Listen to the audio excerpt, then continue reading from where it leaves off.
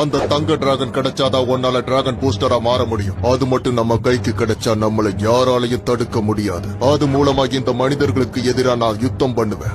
இந்த உலகத்துல என்னுடைய ஆதிக்கத்தை நான் பரப்புவேன். இந்த உலகத்தையே என் கட்டுப்பாட்டுக்குள்ள கொண்டு வருவேன்.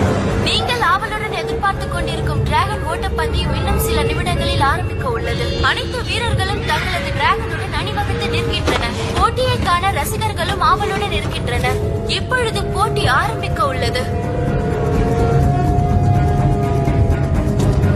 சீக்கிரம் போ, விடாத.